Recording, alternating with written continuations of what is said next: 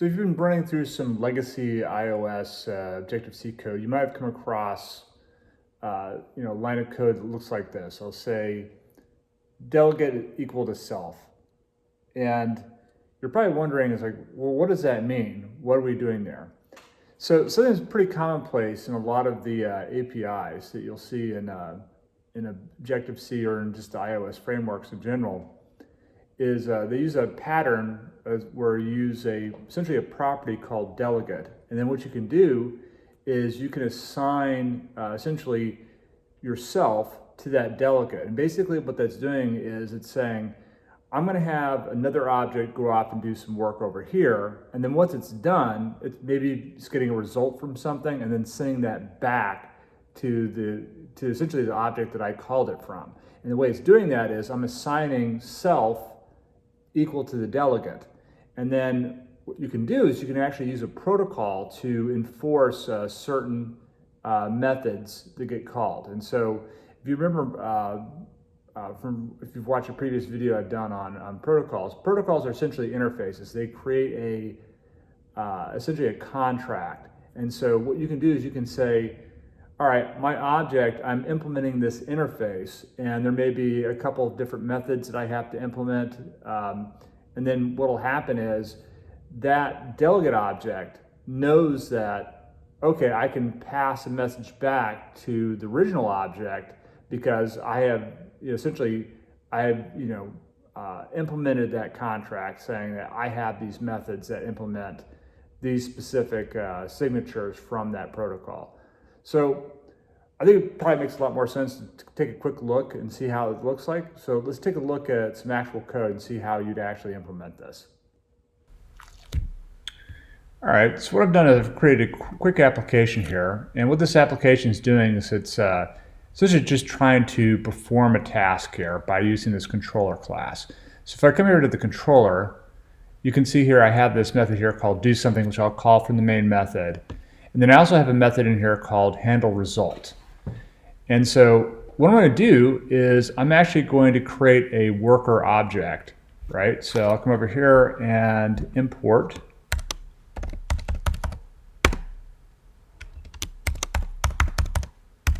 worker header.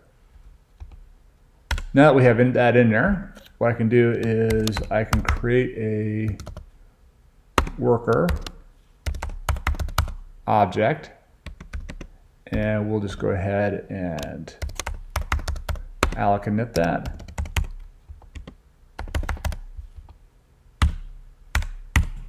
Now we have that object. So the next thing I'm going to do is I'm going to assign myself to this worker. So this controller object is going to basically declare there's property on the worker. So let's just do a quick look here at the worker here and see what it has here. So it has a method here for performing a long-running operation, and then it also has this worker delegate, which is essentially just a protocol. So what I'm going to do is in the controller here, I want to make sure that I'm going to let that worker know that I can actually handle that type of delegate. So what I'm going to do is I'll also come up over here, and I'm going to import in. Oh, looks like I already have it imported in. So what I'm going to do is I'm going to come over here and use the less than symbol and say worker delegate. And now I'm letting whoever I'm calling know that I have that worker delegate. So in this case, if I come back here to the controller, now that I'm implementing, I've basically set up this guarantee that I can handle the result from this worker. What I can do is I can say, actually let's do this as a property.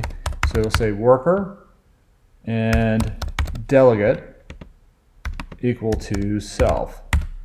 So now what I'm doing is I've now set myself to the delegate for the worker object. So it'll know that if I go to, let's say, perform this operation right here, which is this perform long running operation, that it can now call the handle result on that delegate object, which is the controller.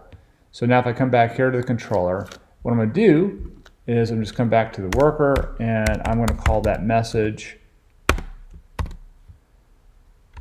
and I'm going to pass in let's say 3 for the number of seconds I want to have a delay in there. And we also need to pass in this run loop because this is a console application and it's not going to be able to handle the run loop unless we pass it in. So I'm going to pass in the run loop. There we go. So let's run that.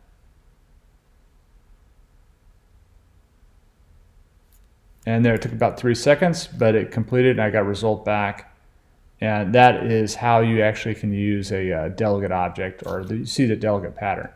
So something else that's also important to remember about that is that this is actually a pattern you see a lot in different iOS applications, macOS applications for that matter.